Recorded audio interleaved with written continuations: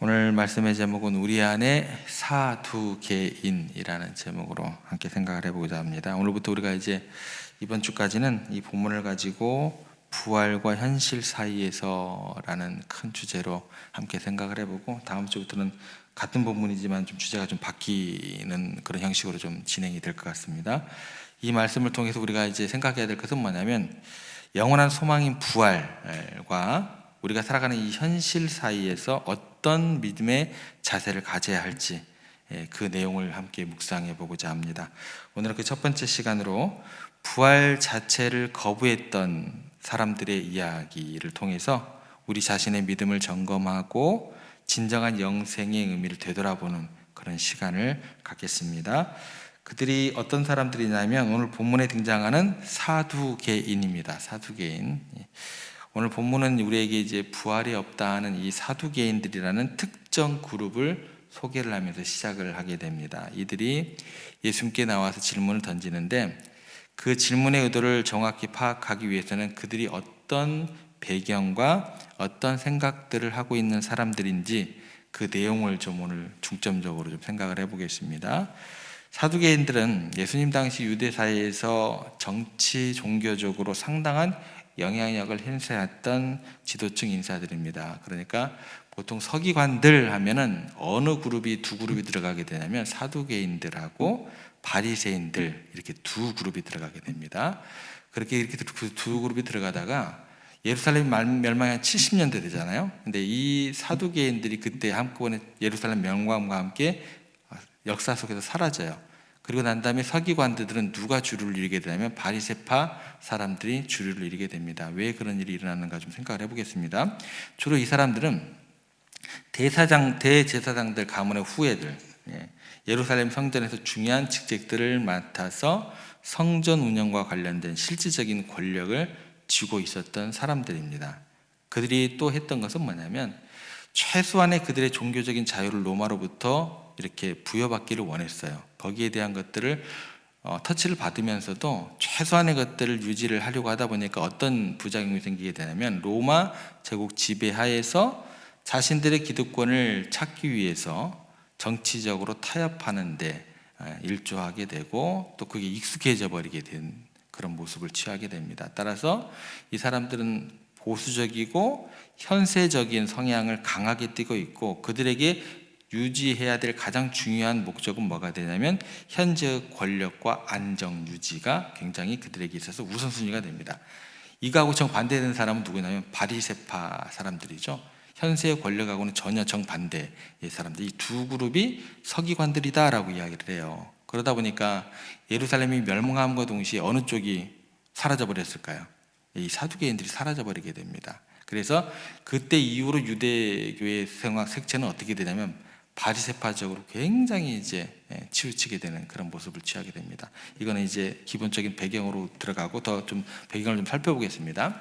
이 사람들이 이러다 보니까 어떤 종교적에서 흥미로운 점이 있게 되냐면, 이들은 자기 자신들이 모세오경, 즉 창세기, 출애굽기, 레위기, 민수기, 신명기, 이 5가지 책을 가장 권위 있고 하나님의 말씀으로 인정하는 매우 전통적인 신앙을 가진 사람들이다라고 스스로 자처하게 됩니다. 그러니까 성경은 어떻게 보냐면, 딱 이 모세오경, 뭔가 강하죠.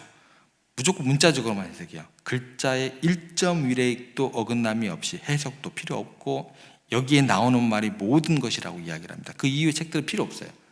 이렇게 접근했던 사람들입니다. 그런데 그들의 실제 삶을 돌아보면 그래서 그들의 관심은 내세나 또 영적인 가치보다는 현세적인 권력 유지, 또 경제적인 풍요, 사회적인 명예를 누리는데 훨씬 더 집중되게 됩니다.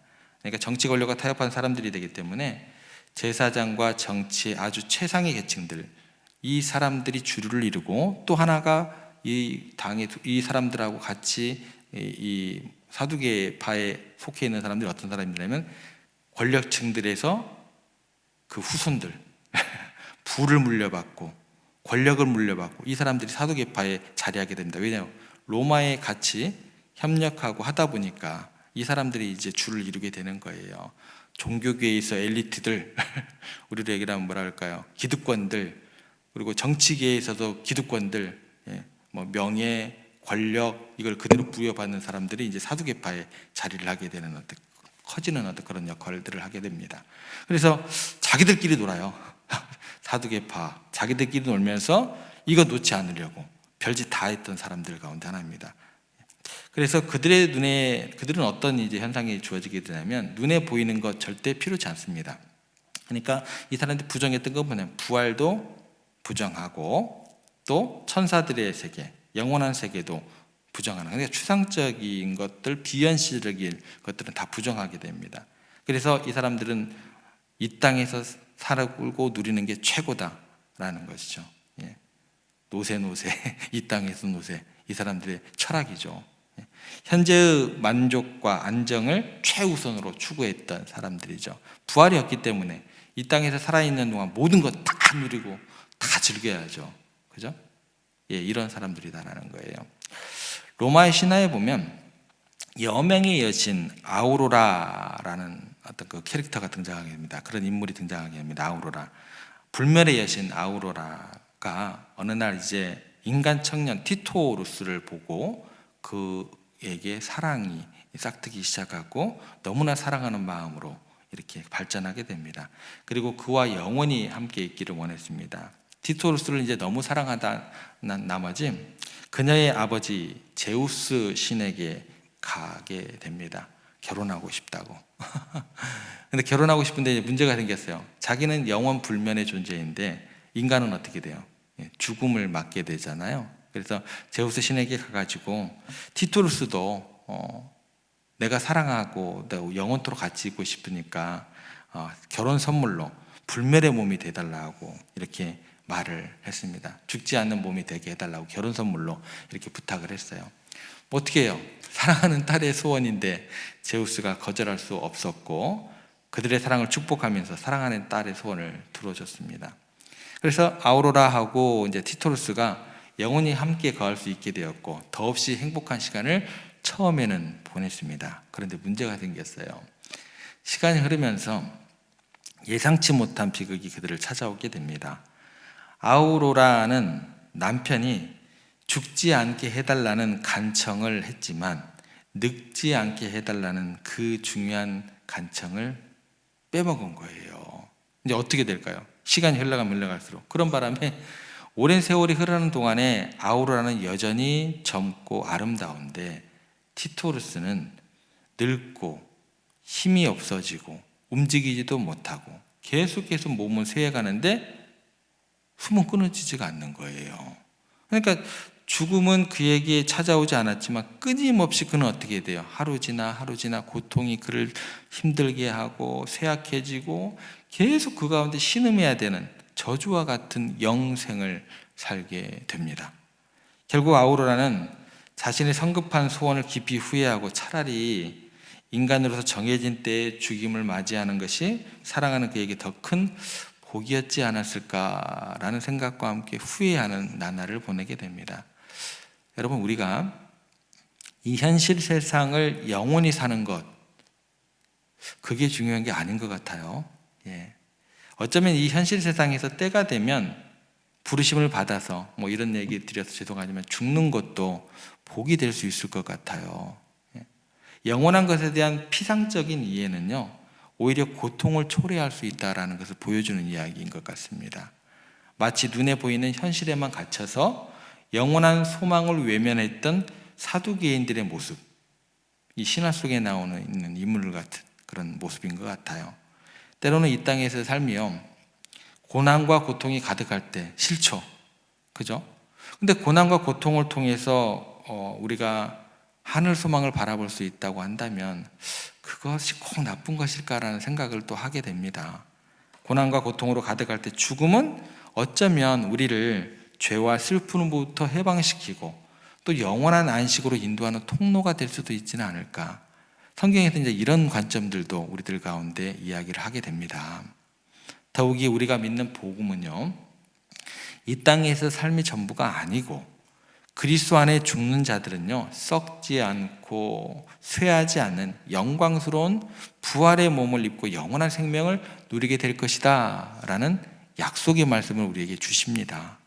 그러니까 진정으로 가치 있는 것은 단순히 영원히 사는 것이 아니라 영광스러운 부활의 몸으로 하나님과 함께 영원히 사는 것임을 우리가 믿음으로 고백했으면 좋겠습니다.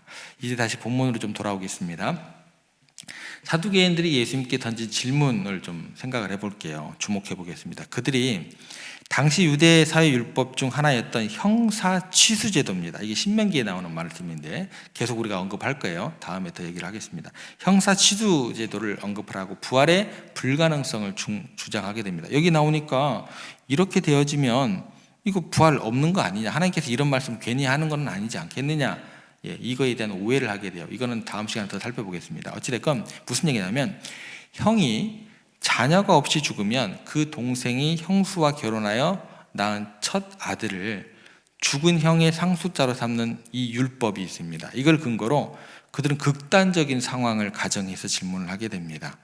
7 형제가 차례로 한 여인과 결혼을 했는데 모두 자녀 없이 죽었고 결국 그 여인마저 죽었으면 부활 후에 그 여인은 도대체 누구의 아내가 되어야 하느냐라는 거죠. 그런데 이 질문 자체는요, 이 사두개인들의 사고방식이 얼마나 철저하게 이 땅, 현실적인 어떤 보여지는 그런 논리, 또 인간적인 관계의 틀 안에서 갇혀 있는지를 명확하게 보여줍니다. 그들이 영원한 세계의 질서, 그러니까 하나님과의 무한한 능력을 전혀 상상하지 않았고, 이 땅에서 복잡한 가족 관계를 영원한 세계에서도 그대로 적용을 하려 했다라는 거예요. 근데 그들의 질문 속에서 부활이란 개념 자체가 얼마나 비합리적이고 현실적으로 불가능한지를 딱 정해놓은 거죠, 그죠? 그리고 난 다음에 예수님께 논리적으로 증명하라는 의도가 숨겨져 있었던 그런 질문이 되는 것입니다. 그리고 그들 마음 가운데는 어떤 것이냐면 내가 다 알아 이거예요. 근데 이 사람들이 아는 건 뭐예요? 모세 오경밖에 모르는 거잖아요. 그냥 책 한 권 아는 사람이 가장 무섭다니까요. 그러니까 내가 다 알아 라고 생각하는 그런 것들 가운데 현실의 법과 질서 안에서 모든 것을 판단을 해야 돼요. 그래야 했고 하나님의 초월적인 능력과 영원한 새로운 질서를 받아들일 준비는 전혀 안 되어 있습니다. 그러니까 마치 좁은 틀 안에서 세상을 바라보다 보니까 그들의 이해는 현실이라는 그 장벽, 제한적인 영역 안에 갇혀있게 되었다라는 것입니다. 이걸 통해서 우리가 좀 생각해 볼 것이 있습니다. 우리도 오늘 이 사두개인들의 이야기를 통해서 우리를 좀 돌아보게 되어야 할 것 같습니다. 우리 역시 때로 이 땅의 현실에 너무나 깊이 매몰되어서 영원한 소망을 잊고 살아가고 있는 것은 아닌지 스스로에게 한번 질문을 해봐야 될 것 같아요. 우리의 기도들을 한번 생각해 보면 어떤가 한번 돌아보시기를 바랍니다. 혹시 모든 기도의 내용이 이 땅에서의 성공과 번영, 또 건강과 안락함이라는 현실적인 필요에만 갇혀 있지는 않는지, 이거 하지 말라는 것이 아니고 여기에만 우리가 매몰되어 있는 기도를 하고 있지는 않는지, 다른 사람을 유익을 위해서, 하나님 나라를 위해서 이 기도까지 우리가 나아갈 수 있다면 얼마나 더 좋겠냐, 또 영원한 세계에 대한 구원에 대한 그런 영역으로까지 확장되면 얼마나 좋겠냐라는 겁니다. 두 번째는 뭐냐면 우리의 마음은 어떤가 한번 돌아보시기 바랍니다.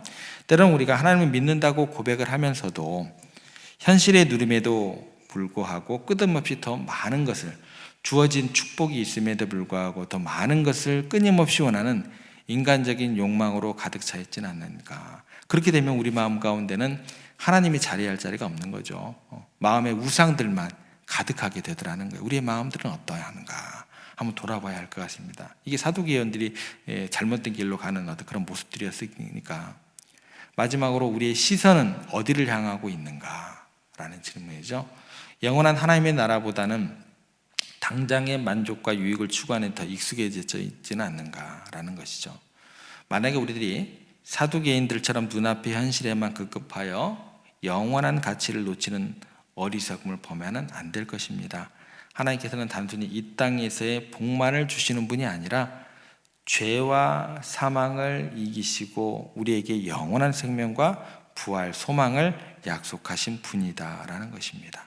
우리가 진정으로 붙잡아야 할 것들은 이 땅에서 평안과 안정도 중요하고 건강도 중요하지만 썩어 없어질 것이에요.